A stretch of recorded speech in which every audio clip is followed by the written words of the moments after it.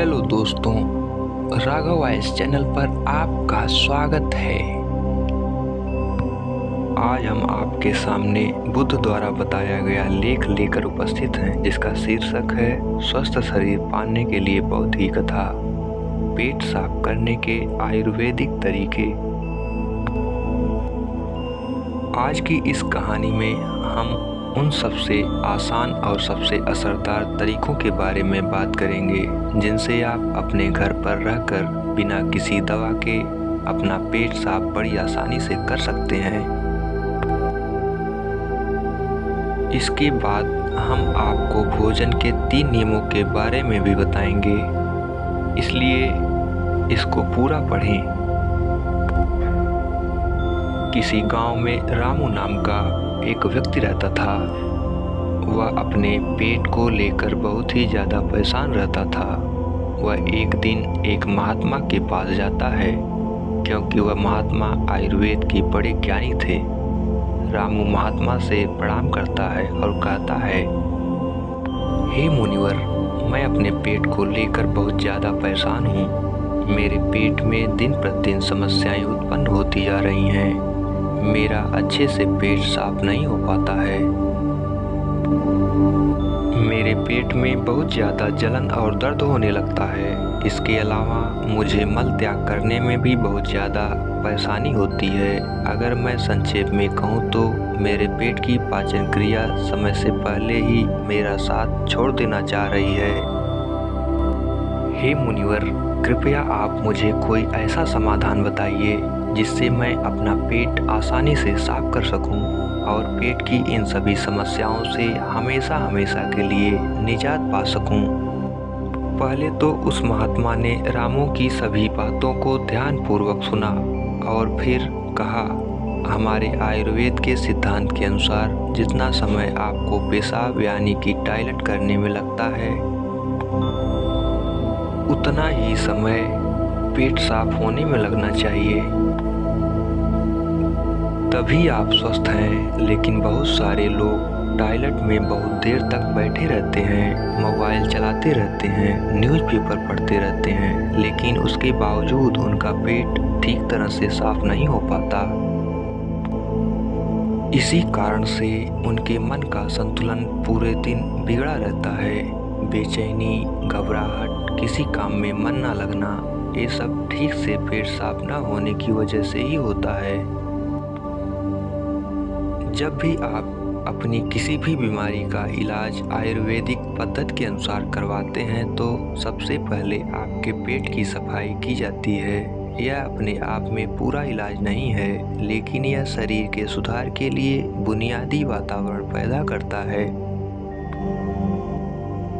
कोई भी दवा तभी ठीक प्रकार से काम करेगी जब आपका पेट साफ होगा, वरना नहीं तो आप कितनी भी दवाइयाँ ले, कितना भी इलाज करवाएं, कोई फर्क नहीं पड़ने वाला। शरीर हमें संकेत भेजता रहता है कि हमारा पेट साफ ठीक तरह से नहीं हो पा रहा है, जैसे कि पसीने में से दुर्गंध या मुंह में से दुर्गंध। अगर वहां से दुर्गंध आ रही है तो हमें समझ जाना चाहिए कि हमारा पेट ठीक से साफ नहीं हो पा रहा है और हमें इसका हल ढूंढना होगा। ठीक से नींद ना आना, मानसिक समस्याएं, ये सारी चीज़ें पेट साफ ना होने के कारण ही पैदा होती हैं। फिर रामू ने कहा कि महात्मन, हमें अपना पेट साफ कैसे करना है। महात्मा ने कहा, आज मैं आपको पेट साफ करने के लिए बहुत प्रभावी आयुर्वेदिक जड़ी बूटियों और तरीकों के बारे में बताऊंगा। ये जड़ी बूटियां आपको कब्ज से भी छुटकारा दिलाने में मदद करेंगी। महात्मा की इन्हीं बातों को सुनकर रामू बहुत ज़्यादा उत्साहित हो जाता है और कहता है, महात्मन, कृपया आप मुझे उन सभी तरीकों के बारे में जानकारी दो जिससे मैं अपना पेट हमेशा के लिए स्वस्थ और साफ रख सकूं। पेट साफ करने के आयुर्वेदिक तरीके। पहला तरीका। इसके बाद महात्मा पहला तरीका बताते हुए कहते हैं, सबसे पहले हमें ये समझना चाहिए कि आज के समय में हमारी दिनचर्या और हमारा खान पान पूरी तरह से बदल चुका है और उसी बदलाव की वजह से हमारे शरीर में नाना प्रकार की बीमारियां पैदा होती हैं और हमारा पेट भी ठीक से साफ नहीं हो पाता। उदाहरण के लिए आज के समय में ज़्यादातर लोग फ्रिज का पानी पीते हैं जो कि बहुत ठंडा होता है, और जितना ठंडा पानी आप पिएंगे आपके पेट में जमा गंदगी उतनी ही सख्त होती जाएगी और इसी कारण से कब्ज जैसी बीमारियां पैदा होती हैं। अगर पानी को गर्म करके गुनगुना करके पिया जाए तो पेट की गंदगी बड़ी आसानी से बाहर आ पाएगी। सुबह उठते ही 2 गिलास गुनगुना पानी करके आराम से घूंट घूंट करके पिएं। कुछ लोगों को लग रहा होगा कि घूंट घूंट पानी करके पीने में बहुत समय लगेगा, लेकिन अगर यहाँ पर समय नहीं लगाएंगे, टॉयलेट में समय लगेगा। सबसे आसान और घरेलू नुस्खा है, सब लोग अपना सकते हैं, बस संयम और नियम की ज़रूरत होती है। देखिए, ठीक तरह से पानी पीना आपकी बहुत सारी बीमारियों को ख़त्म कर सकता है। जितना हो सके दिन में ज़्यादा से ज़्यादा पानी पिएं, लेकिन याद रहे ठंडा पानी पीने की बजाय गर्म करके एक गुनगुना पानी पिएं। आजकल बाज़ार में ऐसी बोतलें भी आती हैं कि जिनमें आप जैसा पानी डालेंगे पानी वैसा ही रहेगा, तो आप ऐसी बोतल ले सकते हैं और पानी गर्म करके गुनगुना करके उस बोतल में डाल सकते हैं, और जब भी आपको ज़रूरत महसूस हो आप दिन में उस पानी को भी पी सकते हैं। लेकिन पानी के संबंध में एक बात ज़रूर याद रखना कि खाना खाते ही पानी नहीं पीना है, इससे आपकी पाचन क्रिया बाधित होती है। हमारे पेट में जठराग्नि जो होती है वो खाने को पचाने का काम करती है, और जब हम खाना खाने के बाद झट से पानी पी लेते हैं तो जठराग्नि शांत हो जाती है और हमारा खाना ठीक से पचा नहीं पाता। इसीलिए खाने के तकरीबन आधे से पौने घंटे तक पानी न पिएं। ये भी पता होना चाहिए कि पानी को किस तरह से पिएं। एक तो खड़े होकर पानी ना पिएं। खड़े होकर पानी पीने से घुटनों में और जोड़ों में दर्द की समस्या पैदा होती है। पानी को बैठकर घूंट घूंट करके पिएं, वहीं पानी सबसे ज़्यादा लाभकारी होता है। दूसरा तरीका, इसके बाद महात्मा ने रामू को दूसरा तरीका बताते हुए कहते हैं कि खाना खाने के बीच में कम से कम 5 घंटे का अंतर होना चाहिए, जिससे कि जो खाना आपने खाया है वो ठीक से हजम हो सके, उसका पाचन ठीक से हो सके। जब हमारा शरीर पाचन की क्रिया कर रहा होता है तब शरीर के बाकी क्रियाएं धीमी रफ्तार पर चलने लगती हैं। कोशिकाओं के स्तर पर शुद्धिकरण धीमी रफ्तार पर चलने लगता है और इस कारण शरीर अपनी गंदगी खुद साफ नहीं कर पाता। लेकिन अगर आप खाने के बीच में कम से कम 5 घंटे का अंतराल देते हैं तो इससे आपके शरीर को पर्याप्त समय मिलता है कि उसकी कोशिकाएं खुद अपनी गंदगी, अपने शरीर की गंदगी साफ कर सकें। पश्चिमी भाषा में हम इसे इंटरमिटेंट फास्टिंग भी बोलते हैं, लेकिन इंटरमिटेंट फास्टिंग में ज़्यादा समय तक भूखा रहना पड़ता है। उसको हम अर्ध उपवास भी बोल सकते हैं। तीसरा तरीका, अब महात्मा ने रामू को तीसरा असरदार तरीका बताते हुए कहते हैं, अपने पेट को साफ करने के लिए हमें समझना होगा कि जो लार होती है वही हमारे खाने को पचाने का काम करती है। जितनी ज़्यादा मात्रा में लार पैदा होगी उतनी ही आसानी से खाना पच जाएगा। कुछ लोगों को मुंह हमेशा सूखा सूखा रहता है, उसमें लार पैदा नहीं होती, इसीलिए उनका खाना ठीक से हजम नहीं हो पाता। इसके लिए ज़रूरी है कि हमारा शरीर सही मात्रा में लार पैदा करे। उसके लिए हमें ज़्यादा से ज़्यादा सलाद खाना चाहिए। सलाद खाने से लार पैदा होती है, फाइबर होते हैं उसमें, जिससे हमारा खाना आसानी से हजम हो जाता है। इसके अलावा खाना खाने के बाद कुछ मीठा खाया जा सकता है। जिन लोगों को शुगर या डायबिटीज नहीं है वे आसानी से मीठा खा सकते हैं और वो मीठा खाने के कारण उनके शरीर में लार पैदा होने लगती है, जिससे कि पाचन क्रिया आसान हो जाती है। अगर आप सलाद को खाना खाने से पहले खाते हैं तो वो ज़्यादा लाभकारी होता है। उससे आपकी भूख बढ़ती है और आपके शरीर में लार पैदा होनी शुरू हो जाती है। चौथे तरीके। इसके बाद महात्मा ने रामू को चौथे तरीके में अपनी आहार नली को साफ रखने के बारे में बताया। उसको हम कैसे साफ रख सकते हैं? देखिए, आहार नली में से ही खाना हमारे पेट में जाता है।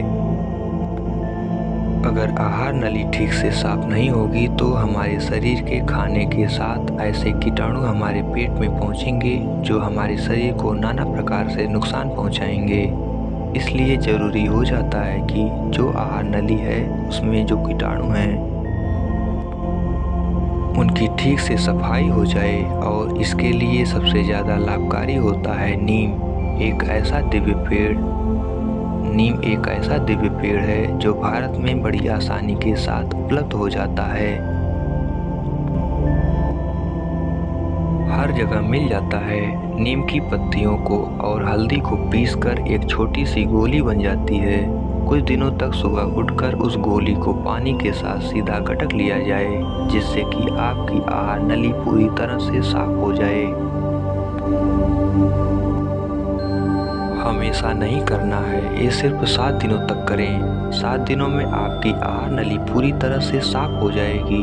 हर 3 महीने में इसे दोहराते रहें, जिससे कि आपकी आहार नली समय समय पर साफ होती रहेगी और आपके पेट में ऐसे कीटाणु कभी ना पहुंच पाए जो आपकी पाचन क्रिया को बाधित करते हैं। 5वां तरीका। महात्मा ने 5वां और आखिरी तरीका बताते हुए कहा, रामू, यह तरीका उन लोगों के लिए है जिन्हें ज़्यादातर समय की कब्ज की समस्या रहती है। जिन लोगों को लंबे समय से कब्ज की समस्या है वो अरंडी के तेल का इस्तेमाल करें। रात में सोने से पहले 1 गिलास दूध के अंदर आधा चम्मच गुनगुना अरंडी का तेल मिलाएं और मिलाकर पिएं। 1 हफ्ता पीने के बाद पुरानी से पुरानी कब्ज भी ठीक हो जाएगी। ये अरंडी का तेल दूध में गुनगुना करके ही मिलाएं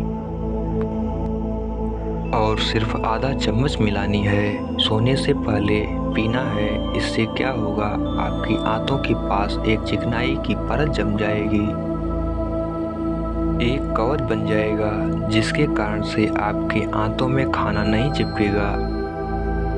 और खाना अगर आंत में नहीं चिपकेगा तो कब्ज की समस्या कभी नहीं होगी। देसी अरंडी का तेल लें। पैकिंग में जो तेल आता है वो अंग्रेजी होता है, वह उतना लाभकारी नहीं होता है। किसी भी पंसारी से खुले पीपे में से तेल लें। एक तो वो सस्ता भी होगा और दूसरा वो लाभकारी भी ज़्यादा होगा। इसके अलावा सोने से पहले त्रिफला का भी सेवन किया जा सकता है। आंवला, बहेड़ा और हरण, ये 3 ऐसे जादुई फल हैं जिनसे मिलकर त्रिफला बनता है। इन तीनों की अलग अलग खूबियां हैं, लेकिन अगर ये तीनों एक साथ मिला दिया जाए तो इनकी दिव्यता, इनके गुण और भी ज़्यादा बढ़ जाते हैं। रात को सोने से पहले गुनगुने पानी के साथ आधा चम्मच त्रिफला का सेवन किया जाए। शरीर की सारी गंदगी बड़ी आसानी से साफ हो जाएगी। कोई प्रयास नहीं करना पड़ेगा, कोई जोर जबरदस्ती करने की आवश्यकता ही नहीं रहेगी। तो ये कुछ आसान से घरेलू उपाय थे जिनको अपनाकर कोई भी अपने शरीर को स्वस्थ रख सकता है, अपने पेट की ठीक से सफाई कर सकता है। भोजन करने के 3 नियम। पेट साफ करने के बाद महात्मा ने रामू से कहा, रामू, अब मैं आपको भोजन के उन 3 नियमों के बारे में बताने जा रहा हूँ जिसे अपनाने पर पेट से संबंधित कोई भी बीमारी नहीं होगी, क्योंकि पेट में होने वाली बीमारियाँ हमारे खान पान पर निर्भर करती हैं। पहला नियम। महात्मा ने पहला नियम बताते हुए शुरू किया, अपने आहार में 40 से 50% सजीव भोजन शामिल करें। चाहे वह फल हो, हरी सब्जियां हों, सूखे मेवे हों, अंकुरित अनाज हो, कुल मिलाकर इसे पकाया नहीं जाना चाहिए। ज़्यादातर लोग मृत भोजन खाते हैं और फिर स्वस्थ रहने की उम्मीद करते हैं। मृत भोजन खाने का मतलब है कि हम किसी मृत चीज़ से जीवन निकाल रहे हैं, इसलिए इसमें कुछ लगेगा। हमारे शरीर से ऊर्जा निकलती है तो यह हमें ऊर्जा देती है। भोजन को पचाने के लिए आवश्यक सभी पाचक रस न केवल शरीर में पाए जाते हैं बल्कि उस भोजन में भी पाए जाते हैं। लेकिन जब हम उस भोजन को पकाते हैं तो उसमें से बहुत से पाचक रस नष्ट हो जाते हैं, और जब हम बिना पाचक रसों के खाना खाते हैं तो हमारे शरीर को उन सभी पाचक रसों को दोबारा बनाना पड़ता है जो नष्ट हो गए हैं। लेकिन किसी व्यक्ति का पाचन तंत्र कितना भी अच्छा क्यों न हो, वह उन सभी पाचक रसों को दोबारा नहीं बना सकता जो नष्ट हो गए हैं। दूसरा नियम। रामू ने पूछा, महात्मन दूसरा नियम क्या है? महात्मा ने कहा, दूसरा नियम शुद्ध शाकाहारी भोजन खाएं। यानी जो भोजन पेड़ों से मिलता है, जानवरों से नहीं। मांस, मछली, अंडा न खाएं। प्रकृति ने हमारे शरीर को जानवरों को खाने के लिए नहीं बनाया है। तीसरी नियम। महात्मा ने तीसरे नियम बताया कि बासी भोजन या लंबे समय तक रखा हुआ भोजन नहीं करना चाहिए। 70वें अध्याय के 10वें श्लोक में भगवान श्री कृष्ण कहते हैं कि जो भोजन पकाया जाता है उसे पकाने के 3 घंटे के भीतर ही खा लेना चाहिए, क्योंकि 3 घंटे के बाद वह भोजन तामसिक हो जाता है और उसमें से जीवन समाप्त हो जाता है या समाप्त होने लगता है। इसीलिए भारतीय यौगिक संस्कृति में पका हुआ भोजन किया जाता है। 3 घंटे से ज़्यादा रखा तो खाया नहीं। हमारे पूर्वजों ने भी इसी नियम का पालन किया था, इसलिए खाना सीधे चूल्हे से उनकी थाली में आ जाता था। लेकिन आजकल ज़्यादातर लोग सुबह का खाना शाम को खाते हैं और रात का बचा हुआ खाना सुबह खाते हैं और कई बीमारियों को निमंत्रण देते हैं। महात्मा ने रामू को तीनों नियम बताने के बाद अपने ध्यान केंद्रित में लग गए और रामू ने महात्मा को प्रणाम किया और वहां से चला गया। तो दोस्तों, यदि आप भी इन 3 नियमों का पालन करोगे तो तुम्हारी बीमारी भी ठीक हो जाएगी और तुम भी ठीक हो जाओगे। ऐसी कहानी बनाने का सिर्फ एकमात्र मकसद है कि इंसान अपना इलाज खुद करना सीखे।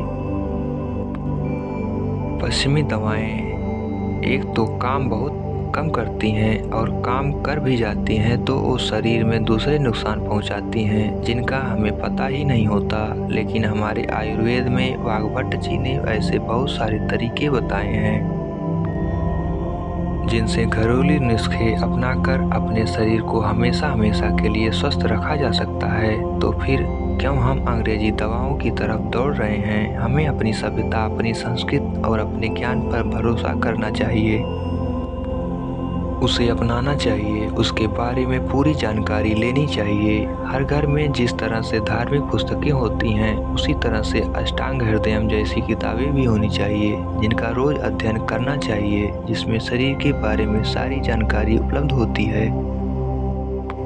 पहले यह किताब संस्कृत में होती थी लेकिन अब उसका हिंदी अनुवाद भी आ चुका है, तो समझने में कोई ज़्यादा समस्या नहीं होगी। दोस्तों, कैसी लगी ये कहानी? आपको अगर अच्छी लगी, सहायक लगी तो अपने सगे संबंधियों के साथ इसको ज़रूर साझा करें। दोस्तों, हमारे इस राघव वॉइस चैनल को लाइक, शेयर एवं सब्सक्राइब करना ना भूलें। धन्यवाद। आपका दिन शुभ हो।